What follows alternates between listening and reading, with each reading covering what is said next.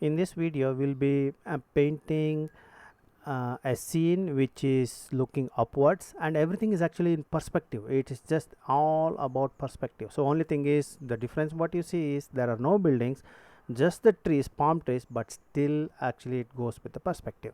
So if you have not checked out perspective course, you check out the link in the description.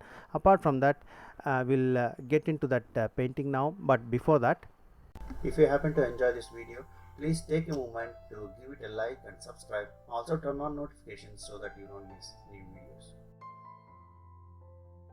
Hello everyone, welcome back to my channel again. So like I said, I'll be painting a simple scene, but the things that you will learn from this is first is wet wash, sky, everything looking upwards, trees alongside the street or otherwise maybe even in the forest. But the main thing is you have to keep in mind that the trees are actually converging, those lines are actually converging at one point, which is a one point perspective. In this case, at least it's one point perspective. So if there are buildings, again maybe I might have to consider that as 3-point perspective. So depending on that, I have a course on perspective, check it out. And if you are painting along with me, just paint along with this. Main thing is it's a different perspective, some birds flying, it's little different to look at. So I've just made sure that it follows perspective and some brush strokes, very important. Concentrate on brush strokes, and then everything else is actually, if you follow along, you should be good with that.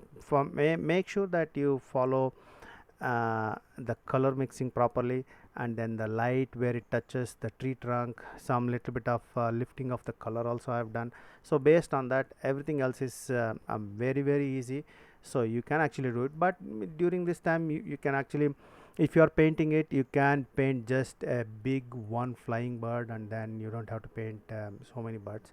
Just follow along with this brush strokes, and then you will have a nice painting. So if you are watching it for the sake of enjoy yourself, and I'll see you in some other video.